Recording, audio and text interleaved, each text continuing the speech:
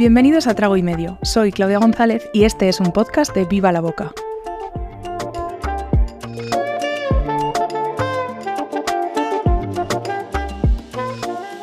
Estoy esta vez acompañada por uno de los narradores de la escena de la coctelería en España actualmente, Abraham Rivera.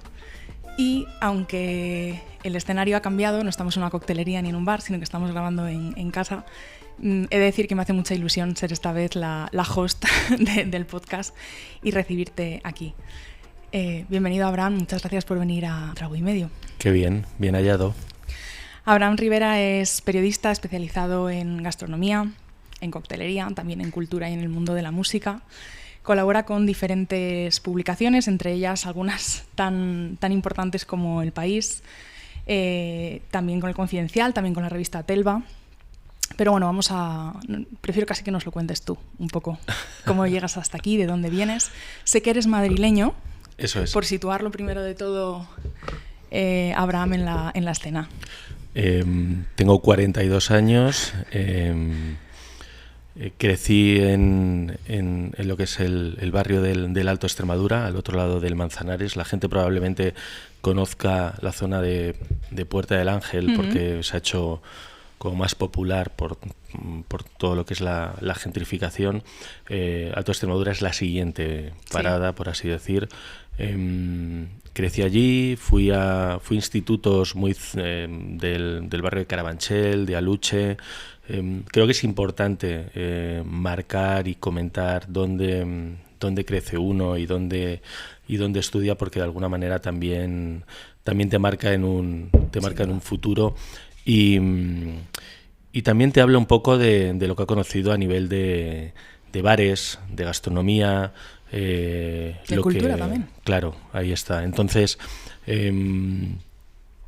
crecí en ese barrio y como a los 20 y pico años ya me fui a vivir solo, bueno, a compartir piso, evidentemente, por aquí en Madrid. Te independizaste, digamos. Sí.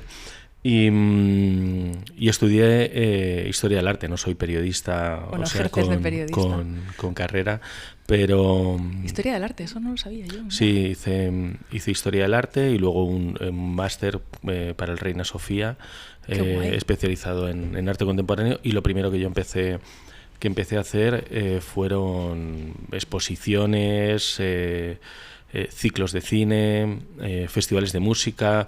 Si uno ve un poco mi currículum, estuve bastante vinculado a centros como el Museo Reina Sofía, Matadero, aquí en Madrid, lugares... Te he visto el otro día en un vídeo de La Casa Encendida, celebrando... Con la Casa Encendida programé 5 años un festival de música que se llama Electrónica en Abril.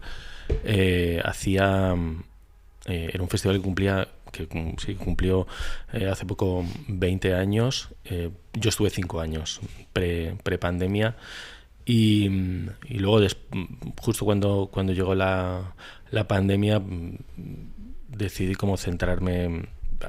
Antes hacía prácticamente todo, o sea, también he hecho radio para Radio 3, he hecho un programa de casi 10 años dedicado a la influencia de la música del pasado en el presente, que se llamaba Retromanía, y hacía un programa todas las semanas. Me iba allí a grabar a Prado del Rey y hablaba desde las influencias de Bad Bunny a Bob Dylan a lo que buscaremos, eso lo referenciaremos después.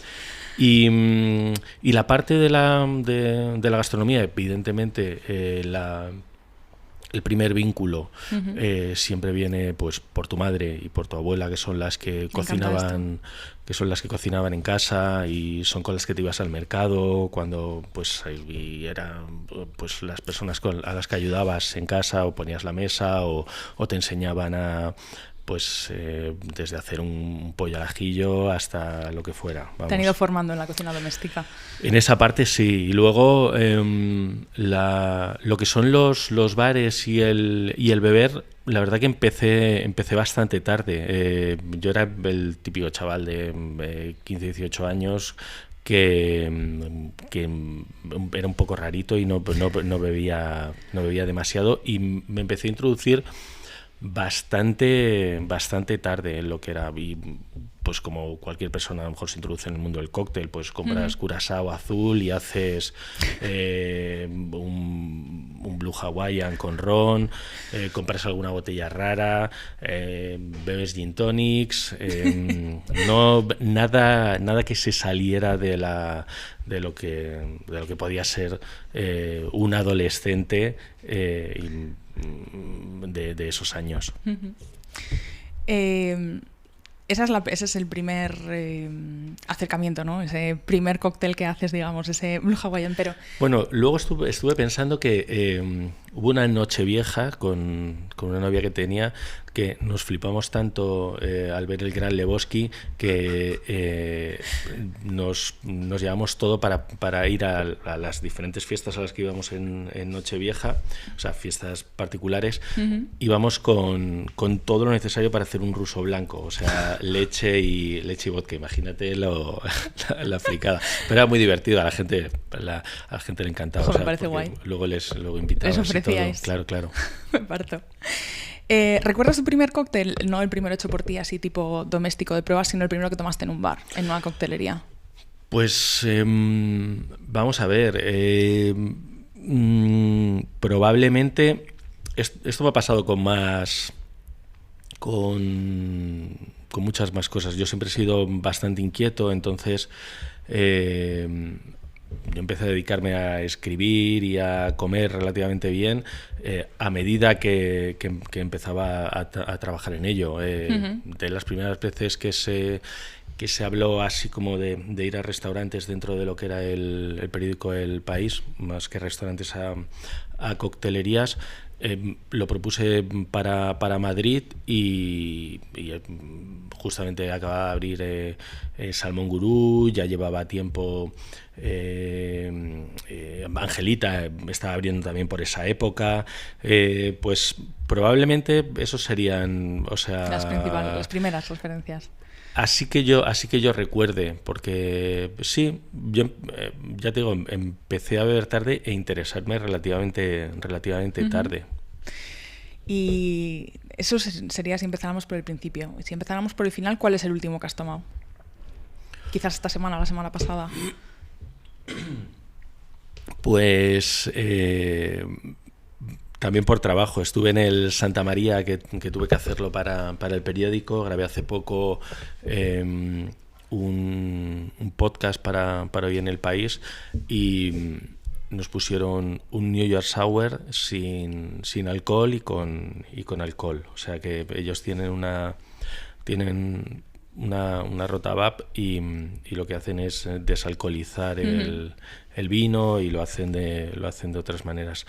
También en esa ocasión probé un Bloody Mary que tienen, que me encanta, un clarificado en vaso bajo con una piedra grande. Hacen como el mix de los tomates. Les queda muy bien, tiene como toda la esencia de lo que es, utilizan tomates en rama, como así bastante, que tienen un poco de tiempo y es como una concentración importante, y les queda con toda esta parte del clarificado, más luego la pimienta, el apio que utilizan una sal de apio, una pimienta india creo que utilizan también, no sé, en boca y en nariz a mí me gusta mucho.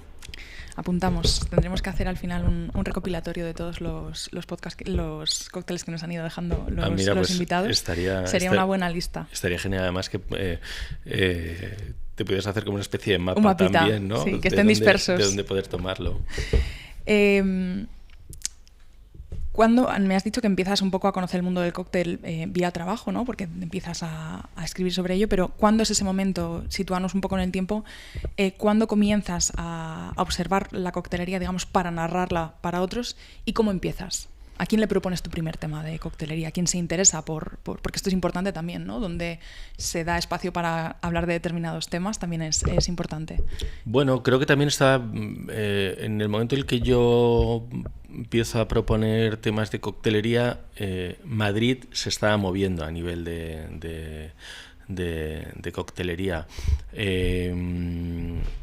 Ya había pegado el boom del gin tonic y de los alcoholes especializados. Había sitios de vodka también. Me acuerdo en la calle del Pez, por ejemplo, cuando abrió también eso es Malasaña para claro, que no tenga 1862 Dry Bar. Sí. Pues entonces esos lugares surgen, tienen un interés, ves que va bastante la gente, que además llevan botellas raras, diferentes. Ves que hay bastantes cosas, porque a mí me interesa no solo contar lo que sucede, sino también contar historias, o sea, a partir de... Y ves que hay pues como muchas cosas que pueden ser muy interesantes. Entonces, de ahí a proponerlo, a ver que evidentemente tiene un interés también para el público que quiere saber pues cómo se prepara este gin tonic, o qué es un perfect martini, o lo que sea, pues no sé si fue en Madrid diferente o en el país, de los primeros lugares donde yo empecé a proponer. En Madrid diferente, que empezó como blog, pero vamos, es una web especializada en recomendar como sitios donde comer y beber de Madrid, muy especializada. Pues evidentemente era necesario también contar lo que era, porque además son sitios nuevos, con un perfil que se aleja de lo que son los bares de viejo más inquietos, etcétera, etcétera, que a mí me encantan los bares de viejo, pero que tienen un dinamismo pues probablemente más fuerte. Y digamos, ¿qué haces ahora? ¿Cómo narras esta coctelería? ¿Dónde la narras? Yo he dado antes algunas referencias en la intro. Sobre todo artículos, ¿no? En Report también creo que... Sí, me gusta mucho hacer, reportajes tanto para El País Semanal, para Icon, para S Moda. También ahora colaboro para la guía McCarthy, que han sacado una newsletter. En El Confidencial también escribo. Dependiendo del medio, pues al final uno termina adaptándose. Si es más para Madrid, pues puedes hacer desde listas de lugares, listas de cócteles, entrevistas a bartenders, hasta pues más artículos más reportajeados. También estoy con un libro de historia de coctelería madrileña junto con François Monti. Yo me ocupo al principio de la segunda parte, luego no sé si nos lo intercambiaremos, pero vamos, a partir de la década de los 50 para adelante. Y ha sido una investigación fascinante, o sea, donde ves muchos lugares que ya no existen, evidentemente, que surgieron en la década de los 80, que muchas veces pues no lo tienes tampoco muy valorado porque tampoco se ha escrito y porque no han quedado, no había internet. El registro es, ¿no? Claro. Hacer el tracking de volver para atrás y encontrarlos más Eso difícil. Es, bueno, hablar con esas personas, que a mí también pues me gusta mucho, como esta parte de entrevistar a personas mayores, no tan mayores, pero que te cuenten un poco esas historias. Los que tienen buena memoria son increíbles. De ahí puedes sacar tesoritos. Claro, y era otro momento que no está tan documentado. Entonces, pues ese tipo de acciones, de reportajes, de entrevistas, me gustan mucho. Lo que implica una búsqueda, ¿no? Sí, sin duda. Un rastreo. Bueno, Esta vez no habrá un dónde estamos, porque como no estamos en un bar y tú tampoco tienes un negocio, digamos, no hace falta que presentemos un poco el lugar. Ya hemos dicho que estamos en casa grabando cómodamente. Así que voy a entrar ya a entendido quién es Abraham Rivera, de dónde vienes y qué haces en este momento, cómo llegas aquí. Voy a entrar un poco ya al lío. Vamos con ello. Abraham, ¿qué es un cóctel? Mira, justo le preguntaba, empezaba una entrevista que le hice a Alberto Villarroel de Santos y Desamparados y de Benditas. Él venía justamente de trabajar anteriormente en el 1862, que ha sido una muy buena cantera la de Alberto, el dueño del Dry, y le preguntaba qué era un cóctel. No lo voy a copiar, pero evidentemente él hablaba de alcohol, que un cóctel es sobre todo alcohol. Yo me lo llevaría a lo que a mí me interesa, que es historia, que es muchas veces es un trabajo que han desarrollado otras personas, como puede ser a lo mejor una receta, y que engloba también un momento. A mí me gustan mucho los cócteles clásicos o cócteles que tengan un punto viejuno, old school, con 3 ingredientes, con un whisky X, tal, que te pueda llevar a recordar un poco cómo se podía beber en otros tiempos, que se podía beber de muchísimas maneras, pero bueno, para mí para mí muchas veces es un viaje en el tiempo el beber, el pensar, el saborear determinados tragos, pues o más amargos o más alcohólicos o más frescos. También es saber quién hay detrás, si se puede saber. Pensar en lugares, en personas que los han bebido, no sé. O sea, que es un continente de muchas cosas. Sí, para mí sí, sin no duda. Solo el contenido de lo que es el cóctel. Y me gustaría saber si te parece que la coctelería es cocina. Creo que ahora mismo es mucho más cocina que hace pues 100 años, por ejemplo. Ahora mismo tú vas a Angelita o a un Momus o a un Salmón Gurú y el trabajo que hay detrás es increíble. Cuando digo el trabajo que hay detrás es la cocina que hay detrás, el desarrollo, ya no solo a nivel de pensamiento y de desarrollo, sino también de procesos, de técnica, de tecnología, de herramientas que implican un cocinado, un preparado, una elaboración al final. Una elaboración muy fuerte y muy compleja, con muchos pasos detrás. Sí, sin duda. Entonces, ¿una parte de la coctelería más actual sería cocina para ti? ¿O tendría una presencia más grande del papel de la cocina, digamos? Sí. Yo creo que sí. Para bien y para mal. O sea, hay en determinados bartenders o determinadas coctelerías, quizás todo lo que ocurrió con la cocina hace 20 y pico años,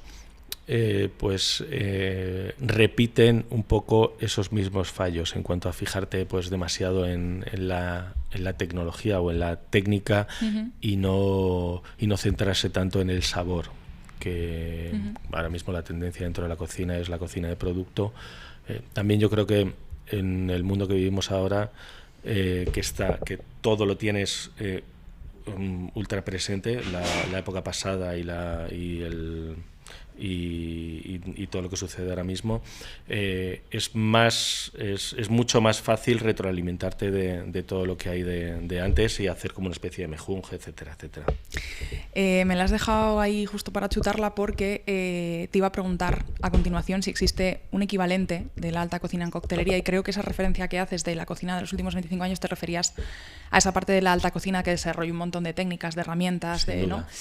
No hablabas, yo creo, de la cocina doméstica o de una cocina más tradicional o de casa de comidas, sino de esa parte más profesionalizada, por supuesto, pero no solo también hay profesionales en la cocina tradicional, no quiero decir eso, sino pues muy, como has dicho antes, muy enfocada en la reflexión, en la generación de nuevo conocimiento, etcétera, ¿no? ¿Existe un equivalente de la alta cocina en la alta coctelería? Sí, como te digo, creo que... Por eso te recojo esa y la enfoco desde aquí ahora. Creo que la evolución, el desarrollo, el pensamiento de algunos cocteleros ha ido justo por esa línea de conocimiento y también hasta de temáticas, de crear recrear como unas determinadas ideas. Hace poco coincidimos tú y yo en la edición de Madrid, donde pudimos probar algunos de los tragos de Giacomo Gianotti, que es el propietario de Paradiso, la mejor coctelería del mundo, y había un pensamiento detrás sobre la creación del mundo y cócteles asociados a eso, etcétera, etcétera. También porque hay una reflexión, un discurso, ¿no?, detrás de la elaboración, que eso también es muy de ese momento de la alta cocina de hace... Eso es, claro. Bueno, que ha permanecido, eso sin embargo, eso no se ha extinguido incluso en cocina tradicional, ¿no?, ese arraigo de la filosofía, el mensaje, la reflexión. Y ahora te voy a meter en un berenjenal en el que viene un poco heredado de... Estuve en Diálogos de Cocina este año y bueno, esta es una de mis preguntas o cuestiones favoritas en el mundo de la cocina y me gustaría trasladarla contigo al mundo de la coctelería. ¿Qué diferenciaría si existiera esa alta cocina o esa alta coctelería, si esa coctelería toma herramientas, técnicas, discursos, reflexiones similares a la alta cocina? ¿Qué sería entonces una coctelería no alta, entre comillas? Y no en un sentido despectivo, porque yo creo que nos equivocamos cuando pensamos que algo que no sea alta cocina, y ahora me refiero solo a la cocina, va a ser peor que la alta cocina. Estoy en completo desacuerdo, ¿no? Es sencillamente una clasificación más, un cajoncito dentro del inmenso mundo de la cocina. Entonces, lo mismo aplicado a coctelería. ¿Qué sería una coctelería no alta? Una coctelería que reproduciría técnicas quizás que no son tan novedosas o no es tan innovadora o... Podríamos hablar de una coctelería de producto en el cual pues a lo mejor puedes utilizar porque eso ya se utiliza en la buena, pero donde a lo mejor la técnica no sea tan, o sea, las nuevas técnicas no sean tan relevantes o importantes, donde utilices 3-4 ingredientes, los metas en un vaso mezclador o en una coctelera, y puedas jugar con ello, con determinados donde quizás el sabor no esté tan enmascarado, como muchas veces hablamos a lo mejor de lo que es esa cocina de producto, ¿no? Donde pues todo es identificable. Al final también hay técnica detrás, o sea, en asar, en hacer un buen asado, o en una buena verdura, o en un buen guiso, o etcétera, etcétera. Pues a lo mejor que todo sea más evidente, no esté tan... Sí, es probable que podamos asociarlo a eso mismo. Todos los motivos por los que me apetecía mucho hablar contigo es, bueno, aparte de como observador y narrador del mundo del cóctel, para plantear la cuestión de lo clásico versus lo contemporáneo, ¿vale? Ahora me voy a salir un poco de lo que es el trago en sí mismo y me gustaría hablar contigo de bares y de coctelerías y de barmans y de barras y de estética. Yo hago este podcast porque creo que algo está pasando en la coctelería en España, algo que, como tú dices, venir recogiendo otros con más experiencia que yo en los últimos años, pero creo que este momento es muy clave, ¿no? También a nivel estético. Acabamos de ver, por ejemplo, Diego acaba de cerrar y está cambiando. Para cuando esto salga ya estará el nuevo Salmon Guru completamente abierto y ya lo habremos descubierto todos. Pero, por ejemplo, hay un cambio de estética. Sin embargo, esa estética anterior, la que yo he llegado a conocer, tenía un peso muy grande en Guru. Pero también, si vamos al del Diego, que yo he estado contigo, la estética, precisamente porque se mantiene la que era, juega un papel muy grande dentro de la experiencia, ¿no? Entonces, me gustaría comentar contigo estos cambios estéticos, ¿no? Lo clásico versus lo contemporáneo. Si siempre las estéticas de lo nuevo, de lo contemporáneo, marcan también la identidad del bar. Bueno, además, como te decía, ahora que estamos o influenciados o tenemos inputs de prácticamente todo lo que ha sucedido previamente, hay una vuelta a lo viejo, a lo vintage, a ese puntito desde copas de otra época hasta alguna cosa dada una vuelta. A mí me gustan los tragos minimalistas, cristalinos, donde puedes jugar también con los sabores, pero hay otras muchas tendencias. Lo que tú misma comentabas, no sé si lo llamaría contemporáneo, porque eso también forma parte de lo contemporáneo, esto que te comentaba, vasos con colores muy llamativos, donde si lo importante, o sea, entiendo que es relevante lo que rodea lo que es el sabor. Yo mismo antes he incidido en lo que es la historia, pero al final te tiene que saber bien un cóctel, te tiene que gustar, da igual si te gustan las cosas más dulces, pero evidentemente sí que rodea e influye. A mí me gusta eso. Yo respeto muchísimo a la gente que le gustan pues que está más cómoda en otro tipo de espacios menos viejos o más recargados. A mí me encanta ir al Coq, por ejemplo, que es una coctelería que tiene prácticamente un siglo. Parece que se mantiene. Parece un club inglés. Entras y tiene techos altos con sillones tapizados, todo madera. Yo soy también muy partidario de la barra, llegar y quedarme en la barra y de ir a beber solo también, o sea, pero ese es mi gusto y mi interés, o sea, no claro, no pero quita... yo te pregunto por el tuyo, no. Sí, aquí sí. no estamos sentando dogma, esto va todo, No, es claro, una cuestión claro, de opiniones. Bueno, y en la línea de esto que estamos hablando, ¿no? De lo clásico, lo contemporáneo, bueno, aunque me decías que parte de ello también era contemporáneo, ¿no? Pero vamos a hablar de los recién llegados, o ya no son recién llegados, pero bueno, de la nueva coctelería, ¿no? De lugares, algunos de ellos como los que has mencionado, como Momus, como Angelita, en los que, también lo has mencionado tú, ¿no? Hay contrastes de vajilla, por ejemplo, entre vajillas súper que acompañan o ocupan un segundo lugar, ¿no? Y a lo mejor el trago tiene el 90% de la presencia, digamos, versus otros lugares en los que está más dividido, ¿no? Esa presencia de lo que es la vasija o el lugar desde el que bebes y el propio trago. Tú me decías que eres más de lo viejuno, de lo vintage, pero ¿realmente crees que puede aportar en un trago concreto que yo te explique? Imagínate que este vaso lo hemos hecho a mano porque lo ha hecho un ceramista y en este caso... Sin duda.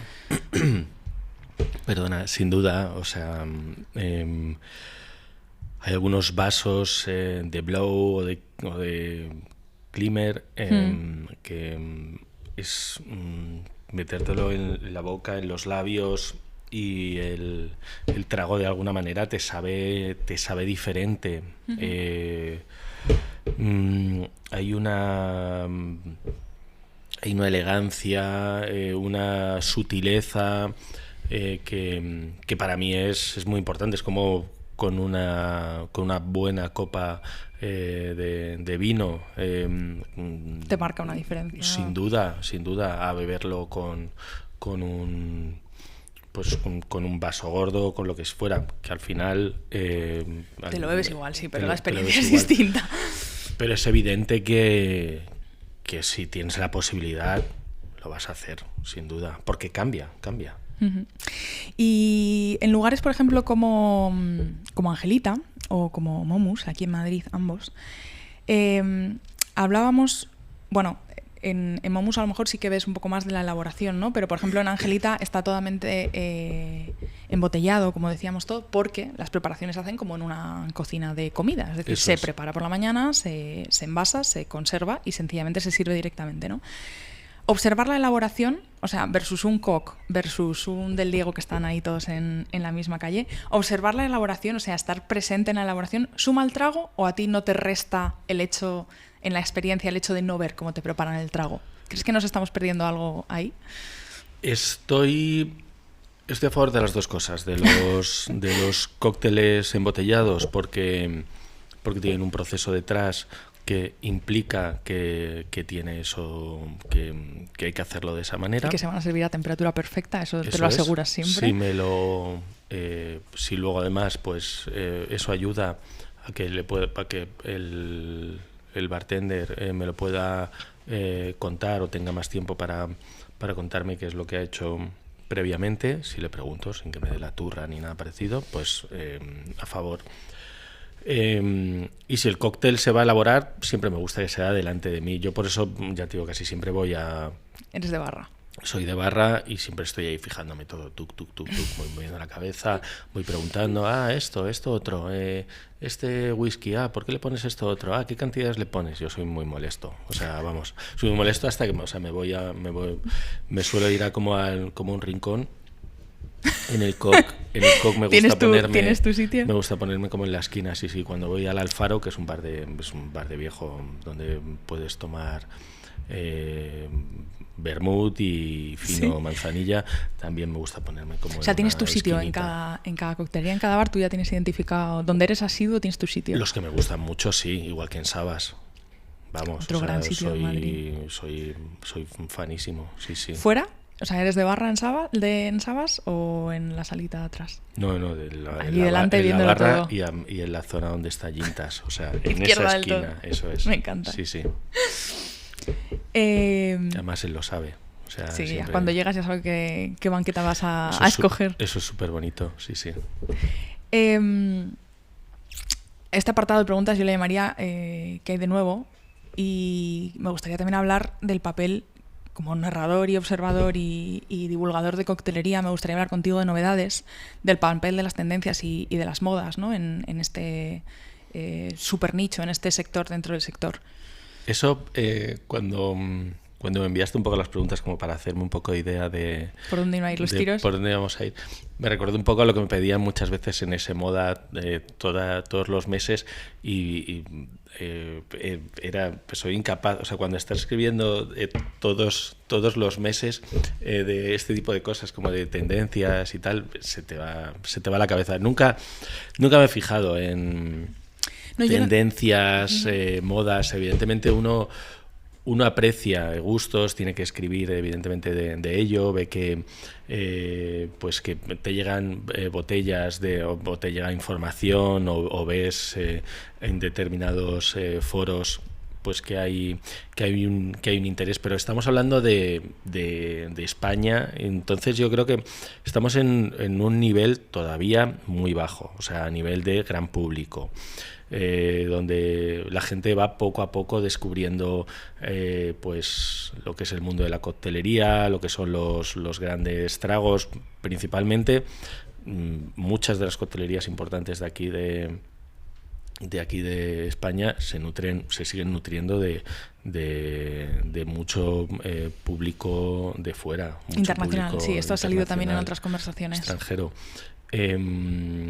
Entonces, hablar de tendencias o modas desde mi posición me cuesta un poco. Te podría hablar de que ahora estaba escribiendo sobre cócteles 00, pero yo no veo nada. O sea, vamos. Pero la pregunta que te iba a hacer era, no ves nada en el sentido de que no se lleva tanto como la tendencia. No.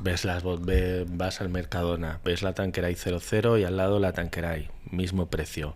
Y siguen estando ahí. No veo que haya mucha gente que lo consuma dentro de lo que es lo sin alcohol. Sí que evidentemente ves una tendencia donde la gente pues la gente no, o sea, los locales te ofrecen más posibilidades. ¿Tú no crees que haya tanta gente que las coja las otras posibilidades? Si fuera el no alcohol una tendencia. Porque, por ejemplo, hablas con camareros y con gente con profesionales que están todo el día ahí y te dicen que el consumo es muy mínimo. Uh-huh. Bueno, pues mira, es importante el dato también. Sobre novedades, me refería no tanto a que hiciéramos una lista, ¿no?, de 10 tendencias de este año, de tendencias de modas, sino quizás analizar precisamente, así como por ejemplo en el mundo de la alimentación, muchas veces una tendencia es que llega un producto, no sé, se me ocurre la valla goji o koji, aquella rojita que sale que de repente todo el mundo comía esa valla, o el açaí ahora, o sea, hay tendencias, ¿no?, que luego hay algunas que se consolidan. Sí, escrito de todo, vamos. Eso, no sé. El CBD, por todo. ejemplo. Hay el CBD.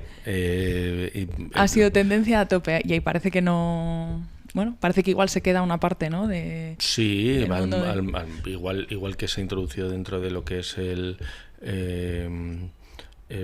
fumar CBD, pues también lo están intentando introducirlo también dentro de lo que es el mundo de la coctelería. Sí, tenemos un ejemplo también. El uso de plantas o de brotes que se utilizan también mucho, que a mí me eso es decoración. Encanta. Decoración, eso es, sí. Como un twist, los clarificados, te vas dando cuenta de que cada vez hay más, hay un interés más fuerte en servirlos en determinados lugares. Hay un conocimiento, por así decir, y hay un conocimiento que está en la red o que fluye y que la gente interesada lo coge. Te podría decir los clarificados, que tampoco es una... O sea, que es que ya lleva un tiempo, pero sí que te das cuenta que hay los ves en lugares que a lo mejor te chocaría en otro momento y dices, claro, y dices, mira, pues esto... Pues a esas cosas me refería, ¿no? Eso, a cosas que en un principio no pertenecían o no estaban ahí, pero van llegando. Sí. Más que el dry martini, sí. Hacer un buen dry martini, que eso parece que no es tendencia, y es para matar a una coctelería, que no es tan complicado hacer un dry martini, le sale mejor un clarificado con dry martini. Mal. Yo sé hay una tendencia que tengo un poco identificada y sobre la que también pues cuando se publique este podcast ya estará escrito, pero estoy escribiendo, que es algo que me llama la atención y que en paralelo a este crecimiento del interés dentro de, repetimos todo el rato que esto sigue siendo un nicho del nicho, pero como un interés, no somos gran público, la coctelería no es gran público, pero va surgiendo un interés por el mundo del cóctel, porque el cóctel está en muchos más lugares en este momento que solo en la coctelería. Hay pop-ups, hay eventos en los que ya tienes un cóctel especial hecho para ese evento, tal, repito, fuera de una coctelería. Y un lugar en el que cada vez encuentro más cócteles es en las cartas de muchos restaurantes. No sé si es una tendencia, no sé si es algo que va a llegar y se va a quedar, si es algo pasajero, creo que es algo, desde mi observación, bastante nuevo, porque sí había cartas de coctelería en algunos lugares, pero no había tanta proliferación, ¿no? Además, con todo tipo de ofertas, cocinas nacionales, internacionales, de picoteo, de platos principales, entonces está encajando un poco como en todo tipo de oferta. Y yo quería conocer tu opinión, ¿no? ¿A ti te gusta comer o cenar? Me da igual. Mientras estás tomando un cóctel, o el momento cóctel lo separas y es otra cosa diferente. Me ocurre igual que con el vino, o sea, no soy anti maridajes, porque me gusta beber y o sea, comer con cócteles o con vino, pero sobre todo, o sea, me gusta probarlo y saborearlo solo, que creo que es como más lo puedes disfrutar. Aparte, yo soy muy de, cuando estoy escribiendo no puedo tener música, o sea, me cuesta como hacer dos, o sea, no tengo que estar prestada atención. Todo el focus está en la escritura. Solo a una, eso es. Entonces, para beber me gusta centrarme en lo que es el trago. Si tengo otra persona con la que puedo hablar también del trago, pues genial. Y si no, pues ya te digo, solo. En cuanto a tendencias, ahora que estoy haciendo un poco la investigación sobre beber en Madrid a partir de la década de los 50, te dabas cuenta de que en esos años y en los posteriores, pero sobre todo 50, 60, 70, se bebía mucho en hoteles y luego en buenos restaurantes tenían un apartado tenían como el bartender que hacía pues los cócteles clásicos, o un daiquiri, o un Bloody Mary, o un dry martini. Entonces no es nuevo, es algo que ya existía. Sí. Lo que pasa es que la variedad de lugares en los que puedes encontrarlo quizás es lo que ha cambiado. No, claro, y beber con cócteles sí que yo creo que está sucediendo en un momento actual. A partir de hace como... Creo que el boom sobre todo fue gracias al grupo La Rumba y a Carlos Moreno, que él venía de O'Clock y que luego estuvo colaborando con David Muñoz en Street Show. Cuando La Rumba, con ese poderío que tiene de restaurantes, introduce a Carlos Moreno para asesorar dentro de lo que son todos los tragos y proponen hace pues menos de una década, con 8 años o algo así, proponen poder beber con cócteles y que muchos de esos restaurantes como que lo facilitan, hacen que todo ese mundo llegue a otro público y... A otro momento de consumo también. Eso es, sí, otro momento de consumo. Cambiar el reloj, ¿no? Cambiar la hora del cóctel y integrarlo en otro momento. Mira, me ha parecido curioso el otro día, con una amiga no tiene nada que ver con el mundo gastro, ni se dedica a esto ni nada, pero le encanta comer. Me decía que había estado en Strixo y que ahora, bueno, había tenido que esperar en la parte de coctelería, ¿no? Antes de pasar a comer. Yo solo he estado una vez y sucedió toda la vez, cócteles y comida, ¿no? Y me decía, mira, Clau, yo creo que casi agradezco el que haya sido por separado, porque esa comida me requiere tanta atención, lo que tú decías, ¿no? Es como son tantos sabores y tal. Me dice, para mí hubiera sido imposible maridarlo con ese otro cóctel que me encantó, pero le quería prestar como toda la atención al cóctel, normal. ¿No? Normal, exacto. Pero bueno, yo cuando estuve, lo probamos un poco todo a la vez. Pero es verdad que en el caso de Strixo justo... Sobre todo la cocina de David Muñoz. Claro, es un lugar muy específico. O la oferta de David Muñoz, porque claro, también entra la parte líquida, que juega con tantos ingredientes. Que ahí ya sí, juntas comida y bebida. Y... Claro, y con tantos picos de muchas cosas, pues es complicado. Es un maridaje bien complejo, maridar o sea, elegir bien un cóctel que vaya con el plato. Mira, cuando estuve entrevistando a Carlos Moreno para hablar un poco de su historia y también incluirlo en el libro, me comentaba que él había descubierto con David Muñoz sobre todo muchos de esos sabores exóticos o vinculados a lo que es el sudeste asiático. Pero claro, mezclarlo todo es complicado. Es complicado, sin duda. Sobre la coctelería y su narrativa, ¿no? Me estás hablando de que ahora estás trabajando en un proyecto que supone investigación, supone recabar en la historia. Por ejemplo, a la hora de hablar de la escena y de cómo ha cambiado en coctelerías de barrio o en bares de barrio y en coctelerías del centro de la ciudad. ¿La ubicación es todo para un local de coctelería? ¿Lo era? ¿Lo es? Ahora que tienes esas referencias del pasado, ¿dónde estaban? ¿Dónde están? No debería de serlo, y es más, creo que Madrid tiene todavía mucho camino que recorrer, y sobre todo en el extrarradio. Creo que no está suficientemente aprovechado, que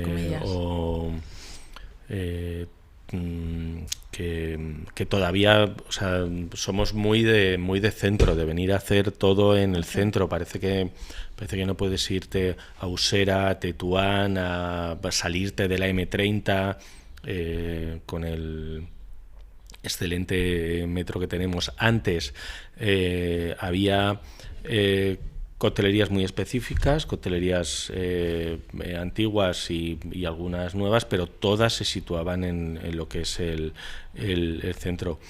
Soy partidario de abrir lugares fuera de M30, cosas sencillas, que el alquiler no sea una locura, y ofrecer tragos relativamente asequibles. A lo mejor soy un idealista y pienso, y luego no hay público. Pero lo mismo se decía de las panaderías de masa madre. Y está funcionando. Y ahora, si no hay un barrio o sea, desplazado de lo que es el centro, que no tenga una buena panadería, lo mismo está pasando también con las cafeterías de especialidad. Bueno, la pastelera revelación de este año Madrid Fusión está en Getafe y lo está partiendo en Getafe. Sí, sí. Lo mismo pasa con el café también, es verdad, totalmente. ¿Alguna que estabas diciendo, habías dicho un poco como ese desaprovechamiento del extrarradio y esa concentración de todo en el centro, ¿no? ¿Alguna que conozcas, alguna referencia que nos puedas dejar aquí en Trago y Medio, fuera de lo que es la almendra central que al final concentra casi todas las coctelerías así más conocidas de Madrid? Hay una que me gusta mucho, pero que voy menos de lo que me gustaría. Cuarto y mitad, que está en el mercado, se llama de Tirso de Molina, pero no está en Tirso, sí. No está en Tirso, sino que está en Puerta del Ángel. Es un mercado precioso, anterior a la guerra civil, de ladrillo, neomudéjar, y dentro hay un chico y una chica que ofrecen cócteles clásicos. Lo lleva un chico además que da clases en la Cámara de Comercio de destilados.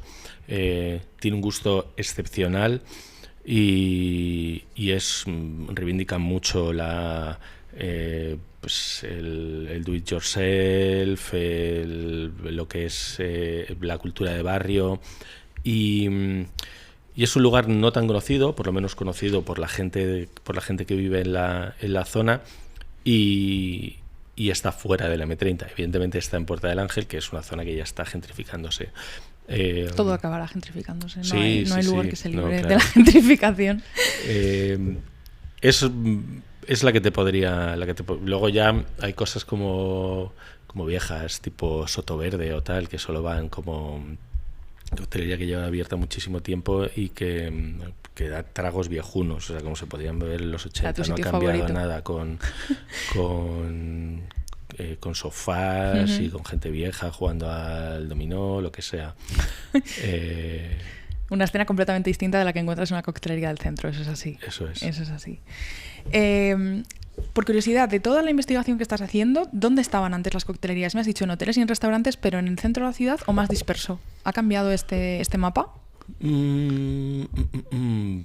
Podría... Bueno, mira... Así, en términos generales, sí, que no sí, tiene sí. Abraham el pobre los apuntes delante. No, pero me estaba acordando, Castellana 113 es una de las coctelerías que aguantan todavía desde la década de los 80 y está en el Paseo de la Castellana 113. Centro. Evidentemente era una zona como la avenida, muy cercana a la avenida del Brasil, donde pues se salía mucho, lo que era la llamada Costa Fleming en todo lo que es esa calle que está también muy regentada por americanos. Probablemente están más deslocalizadas. Vale. Te das cuenta que había un Polynesian Bar en Alberto Aguilera. O sea, que crecieron por toda la ciudad, no tan concentrada ahora mismo, porque además la zona, eso es que es muy central. La zona central de Madrid ahora recoge un gran número de coctelerías. Sí, también hay que tener en cuenta que cuando abrió Salmón Gurú era la única coctelería que había en el barrio de las Letras. Y luego empezaron a proliferar a partir de también lo que él abrió de Viva Madrid, etcétera, etcétera. Me encanta Viva Madrid también. Pues claro, el Viva Madrid no fue coctelería, era un bar además que estaba ya muy echado a perder. Menos mal que está recuperado increíblemente. Menos mal que lo recuperó tanto el artesonado es increíble. La barra que se caía. A ese sitio si vais, mirad al techo cuando os sentéis en la barra porque es espectacular, sí. La barra que se caía, la barra que hay arriba no existía, la trajo se reformuló el decorador que la tenía en Irlanda, que la había comprado en otro sitio, o sea, de alguna manera... trabajo artesanía ahí para ponerlo a punto y recuperarlo, digamos. Sí, claro, o sea, recuperarlo o hasta ofrecer una actualización. Pues ya te digo, esa barra no existía, la de arriba, la de abajo sí, pero lo de arriba es completamente diferente. Sí, que no es solo recuperación, que también es crear un espacio nuevo. Eso ¿no? es. Sigo en plan revisionista, porque yo quiero hablar contigo del beber nacional, del cóctel y bueno, quiero entender cómo hemos llegado a este momento, ¿no? A nivel de coctelería, pero también de tragos en general. ¿Cuál dirías que son la principal diferencia, los principales cambios, ¿no? De cómo era España y cómo es en términos de bebida? Un país en el que ha salido y saldrá en otros capítulos de este podcast. No hay una cultura a lo mejor tan amplia del cóctel porque sí, hemos sido más bebedores, por ejemplo, de vino. Somos un gran país de vino, ¿no? ¿Cómo es España? De vino y de copas. ¿Y cómo era? Y de copas en general. Y de copas en vaso de tubo y de un whisky cola. De combinados. Eso es, de combinados. Y no hay que avergonzarse de esto. Y de chupitos también. Hay un Instagram, un TikTok de una mujer, no me acuerdo ahora cómo se llama, que rescata tragos en vaso de tubo antiguos o de los 80, de los 70, con sus hielos que prácticamente rebosan todo el vaso. Y venimos de ahí y se ha bebido mucho. O sea, evidentemente no tengo ahora los números, pero cualquiera que se vaya a Google, antes se bebía mucho más que ahora, de otra manera. Ahora sí. Es otra cultura más especializada. La gente quiere saber pues el whisky que te estás tomando, el ron, que ahora pues cada vez hay un conocimiento más grande de lo que tenemos, pero nos queda todavía mucho camino por recorrer, yo creo. Me ha gustado lo que has dicho de más especializada, ¿no? Porque también ahora hay cada vez más, no solo en coctelería, aunque este podcast es de coctelería, muchos más lugares solo de vino, solo de cerveza, solo de cócteles, solo de un tipo de bebida, y esa especialización también me parece interesante. Y ¿cómo hemos llegado hasta aquí? ¿Cómo se ha producido esta transformación? Igual que hablamos muchas veces en gastronomía, considero la coctelería gastronomía, pero cuando hablamos de cocina, ¿no? De restaurantes, y se habla pues, de una evolución del público, de una evolución de la propia restauración, ¿cuál crees tú que es la evolución del bebedor o del consumidor en este caso en España, y también la parte que corresponde a la restauración? ¿Al hostelero que es bartender?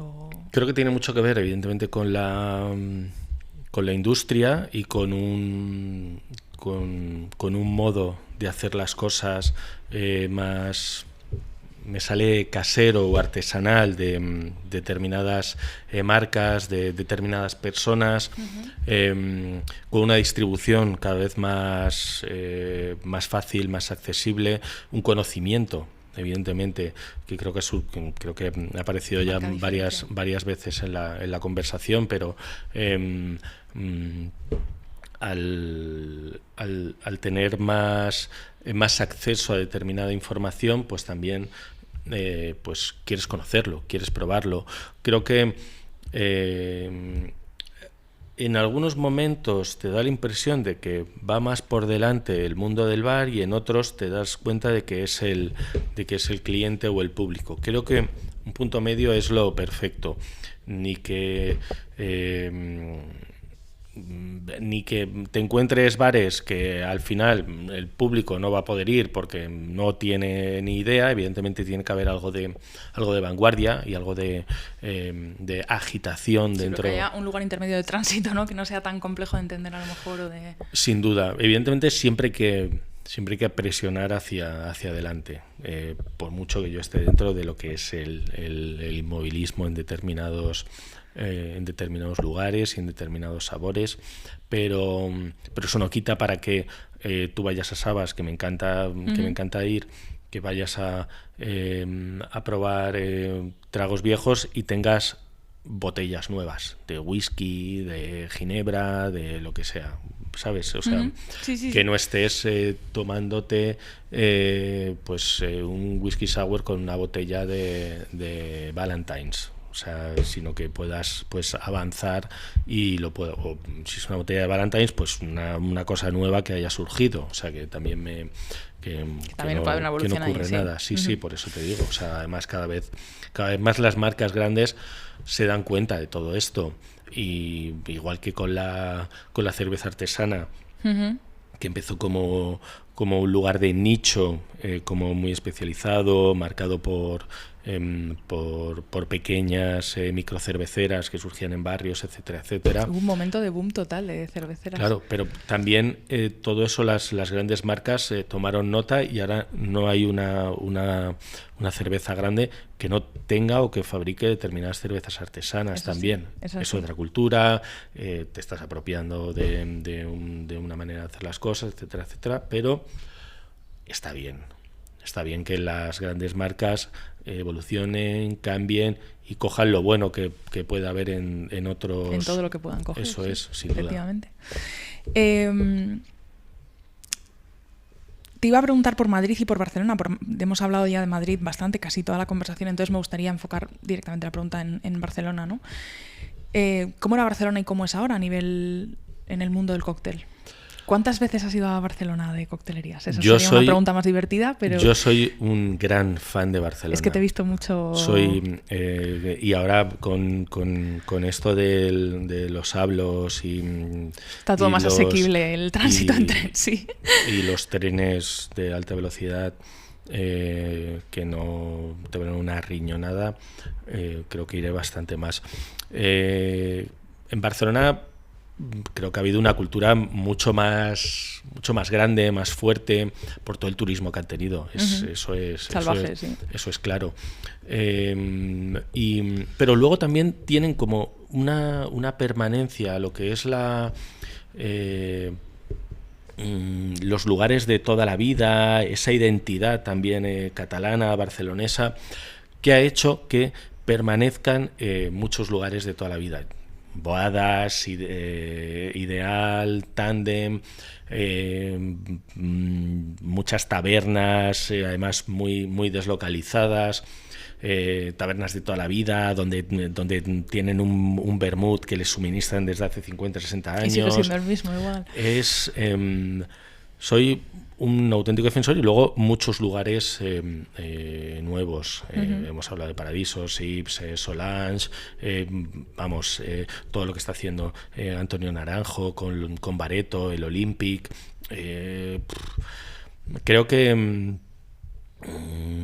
Creo que Barcelona es una ciudad que la puedes pasear, que ves... A mí eso me encantaba, sí. Mucho más pequeña que Madrid. Bueno, mucho más. Lo suficiente para que puedas ir caminando a casi cualquier lugar, sí, ¿no? Sí, y sí, llegar a los sí. sitios en 30 o 40 minutos andando, si estás desde el centro, de una forma muy asequible. Me ha encantado que dijeras el Olympic. Yo vivía en Carrer de Joaquín Costa y iba mucho al Olympic. Me mola muchísimo ese bar. ¿Y tú crees que este desarrollo, lo has mencionado, ¿no? El tema del turismo, ¿crees que este desarrollo tiene un peso importante, está justificado también y hemos hablado también antes de público internacional en el mundo de la coctelería, por esa marcada, digamos, no adquisición de clientes, pero esa marcada llegada de clientes que al final son gente que viene a pasar un buen rato, que viene a desconectar, que viene de vacaciones? ¿Eso ha transformado también un poco el mundo o la escena de la coctelería en Barcelona? ¿Ha marcado el paso también? Sí, muchísimo. Sí. Aunque te encuentras un público o unos barceloneses como también con una cultura diferente a la que hay aquí, a la que hay en Madrid, que te puedes ir a las 12 en Boadas, cuando abrían a las 12 Boadas, o a la 1, y encontrarte a 2, 3 personas allí tomando un Dry Martini o un Negroni, lo que fuera. ¿Y eso aquí pasaría en Madrid?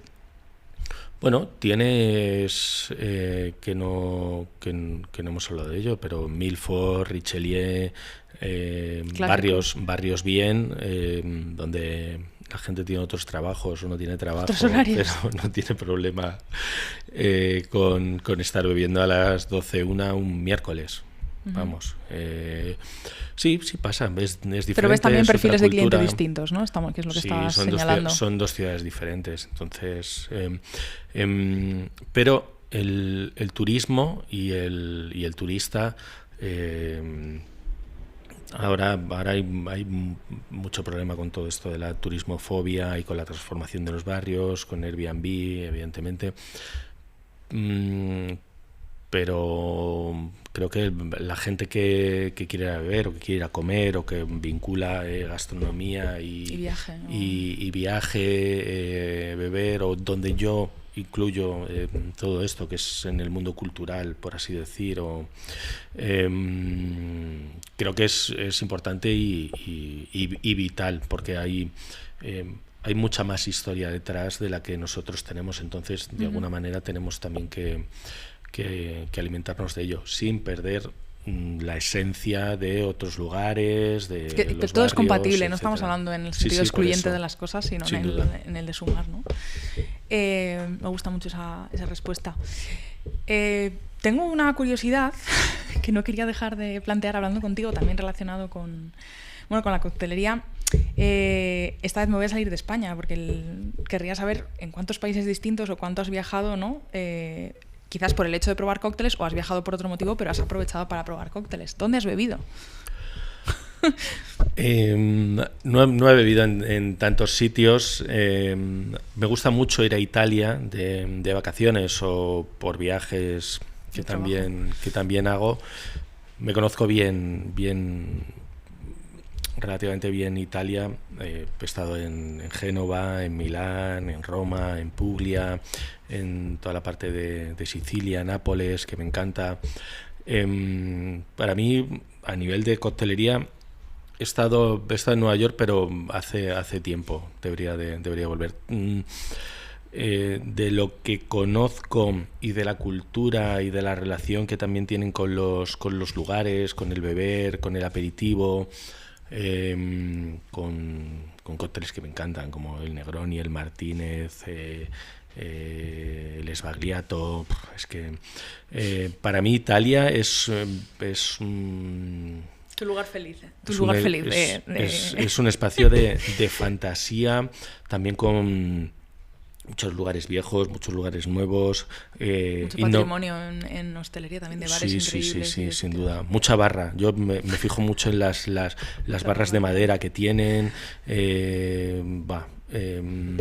Muy a favor y muy dentro de lo que es Italia. Igual que en Francia,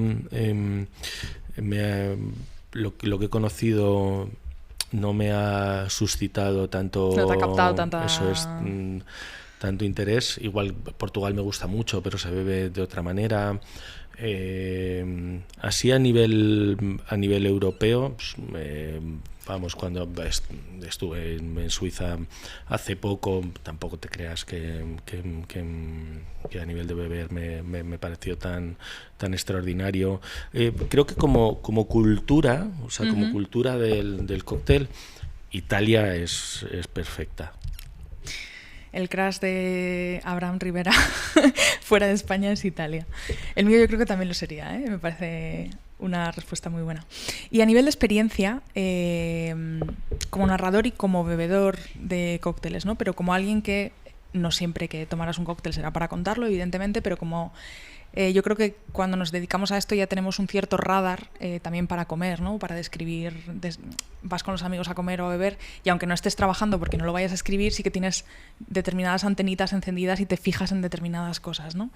Entonces me gustaría saber qué tiene que tener un bar, en tu opinión, para que sea un buen bar, en el que tú estés súper a gusto tomando cócteles y digas, me mola estar aquí, y que repitas, ¿no?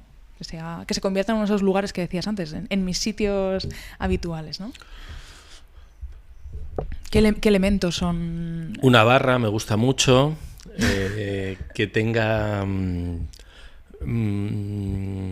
dependes... A veces la luz es importante, pero sobre todo que sea un espacio acogedor, que veas que tiene algo de público, que veas que tiene pues que haya cierta compañía en la sala. algunos básicos o gente que muchas veces cuando vas a bares, pues ya ves que hay que tiene ya un público más o menos definido, ¿no? Habitual. Eso te marca. Y luego a nivel de beber, es que me puedo adaptar. Sí que si no conozco un bar, lo primero que pido es un Negroni, sobre todo, porque es lo... Si pasas a prueba del bar... Es una cosa que sabes que va a salir fría. O sea, que eso es... Para mí es muy importante dentro de un cóctel, que es muy sencillo de hacer. Son 3 partes, o sea, son 3 partes iguales de Campari, Ginebra y Vermut, donde puedes innovar, porque puedes meter un Vermut que no sea Martini, donde tienes que tener algo necesario, que es un Campari, que hay muchos lugares que no lo tiene, y donde dentro de lo que es un básico puedes utilizar una Ginebra, las que solemos tener aquí en España, que suelen ser secas o que suelen tener un punto cítrico y que no debería de salir mal. Esas 3 cosas que son elementales. A ti ya te generan cierta seguridad si están en el bar y están bien montadas Sin juntas duda. en un Negroni. A partir de ahí ya te pones en la barra y ya vas viendo lo que va saliendo. Entonces ya vas viendo si hay alguna cosa especializada, si tienen jereces, que también me encantan, pues mira, vas viendo, vas poniendo la oreja, vas observando y depende de él, pues ya puedes pedir una ya segunda. Te la puedes jugar en... Claro, pero bueno, ese es mi modo de hacerlo. Tu modo superandi. No, pero me quedo con la barra y también con una sensación de calidez que has dicho, ¿no? Como de sentirte bien acogido. Y los ingredientes básicos para un Negroni, vital. Que estén, y luego dentro de que estén, cuáles son y cómo se han empleado, Eso es, ¿no? Porque puedes pedir un Dry Martini, pero si sale caliente es un horror. Voy a irme hacia el final de esta conversación. Antes de cerrar el último escaloncito que me gustaría pasar por él es hablar contigo de listas, premios y demás. No eres la única persona que va a venir al podcast con la que voy a hablar de esto, porque me interesa conocer vuestras opiniones desde los diferentes puntos de vista, ¿no? que reflejáis los diferentes perfiles de invitados. Y en tu caso me gustaría conocer... ¿qué interés crees que tienen las listas o los rankings o los premios desde el punto de vista del consumidor? O sea, la persona para la que tú escribes, ¿vale? Porque alguien hace esta cadena no es solo, cuando hay un comunicador en el medio, un divulgador, no es solo del barman al cliente, también está la parte de los comunicadores y cómo tú cuentas algo o cuánto valoras la relevancia de esto para contarlo, ¿no? ¿Y cuál crees que tu lector final, que será el consumidor de ese cóctel, potencialmente le da a esa información? Creo que las listas son fundamentales para llegar a un público que no suele ser el experto o el que más conocido, pero sí el que puede ser inquieto. Tanto Fictives como Top Cocktails, que es que también formo parte del jurado junto con Jordi Luque, François Monti y Elvira Aldaz. También hace que algunas coctelerías pues se pongan las pilas porque quieren estar ahí. El Top Cocktail puntuamos 3 estrellas, 2, 1 y luego entrar en la lista, que para nosotros, según está el mundo del cóctel en España, ya solo entrar en la lista ya para nosotros es importante, porque ya implica que hay un esfuerzo, que hay un trabajo detrás, que hay una dedicación, que hay un pensamiento. Intentamos también eso, que todo lo que pueda surgir en lugares que no son ni Madrid ni Barcelona, una persona que abre pues en Valencia, Sevilla o en otros lugares ya sería maravilloso, pero ponerlo en valor, darle reconocimiento, y creo que el público además lo agradece, porque de alguna manera tú estás haciendo como de selector, de persona que ya se ha hecho todo ese trabajo previo y que además tiene un cierto criterio o unas ciertas medidas en las cuales pues poder valorar unos ciertos lugares. Filtros que ya ha empleado por ti, digamos, y que, o sea, que sí crees que tiene un interés para el consumidor. Sin duda. ¿Y para el comunicador? Para mí también, vamos. Como comunicador también. Bueno, me has dicho que te parecen necesarios. Sí. O sea, creo que son importantes. Si no eres tanto para la gente perezosa también, que pues se lo das todo mascado y arreglado, hasta para otros que también pues hace que puedas indagar más allá de lo que hay. Uh-huh. Bueno, voy a cerrar con 2 preguntas que son comunes a todos los invitados y que no te he anticipado porque no se las anticipo a nadie, soy así de bruja. Muy bien. Y querría saber, de un lado, normalmente cuando quien está al otro lado del micro es un bartender, le pregunto sobre su cóctel favorito para beber y para preparar a un cliente. Yo te voy a hacer la pregunta al revés a ti. ¿Cuál te gusta más prepararte a ti? ¿Cuál es el favorito que tú te haces en casa a nivel doméstico? ¿Y cuál es tu favorito para pedir fuera? Aunque intuyo ya con el tema del Negroni que van a ir por ir los tiros. Me gusta mucho un Adonis o un bambú. ¿Para hacer tú? Para hacerme yo. Vale. Me gusta mucho los vinos de Jerez.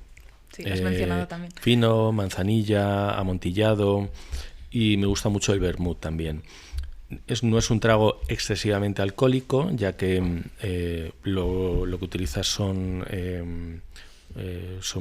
vinos, un vino macerado y el otro un vino envejecido, y es muy fácil de hacer, y luego pues le puedes meter cantidades diferentes, depende de cómo vayas y depende de lo que tengas en casa. Puedes jugar en el mueble bar. Sí, yo suelo jugar mucho con eso, pues utilizar diferentes vermuts, utilizar diferentes amontillados o diferentes finos. Eso me gusta mucho, y luego también me gusta mucho el whisky, entonces hago variaciones de un Negroni que puede ser un Boulevardier con whisky escocés, con bourbon, etcétera, etcétera. ¿Y para que te lo sirva un profesional, cuál le pedirías? Antes me has dicho que tu Negroni es como tu barra de medir en el sentido de dónde estoy, ¿no? Sí. ¿Dónde me encuentro? Sí. ¿Pero es tu favorito? No. Intento pedir cosas a veces que no he probado, porque estoy todo el rato como dándole vueltas. Cuando voy a Sabas, por ejemplo, Gintas, ya sabe que me gusta jugar con 3, 4 ingredientes, cosas amargas, que podríamos jugar con variaciones de un Negroni, pero también me gustan los tragos cortos en vaso de cóctel, por ejemplo, que puedan tener bebidas que a lo mejor yo no tengo en casa, que son bebidas viejas que se puede probar o con whisky o con ginebra. Entonces, a partir de ahí me pueden hacer algo nuevo, y si no voy a cosas más sencillas, tipo pues un Manhattan seco, por ejemplo, me gusta. Tragos de siempre, pero con un punto pues quizás más innovador, o sea, utilizando otro tipo de whisky, otro tipo de sí, dándole el toque, etcétera, eligiendo, etcétera. ¿no? Con la elección que haga el barman. Y la última, y te dejo marchar. Esta es una pregunta heredada de un proyecto con el que yo empecé en el mundo de la comunicación gastronómica, que estaba vinculado un poco a la sociología, a la antropología, que es parte de mis estudios principales, estudié relaciones internacionales. Y lo quise trasladar cuando empecé a estudiar comunicación gastronómica al mundo de la gastronomía, generando la hipótesis de que podría existir una identidad gastronómica al sujeto. Y me gustaría preguntarte si tú tuvieras, estas preguntas las hice con otra muestra distinta a los 10 invitados de este podcast, si tú tuvieras que decirme quién es Abraham Rivera, quién eres tú, y eso lo tuviera que reflejar las características de un cóctel, ¿qué cóctel serías? Y ahora no estamos hablando de lo que más te gusta, sino de quién eres tú. Pues... La reacción va siendo parecida casi siempre, porque todos miráis a algún lugar como diciendo, ¿quién soy? Me encanta. Claro. No lo sé, a lo mejor pensaría en alguna cosa, en algo tipo un daiquiri o una caipiriña, algo así con un puntito como ácido, dulce, con un conocimiento detrás, así como bien. Sí, podría ser eso. Sí, podríamos dejar un daiquiri. Muy bien.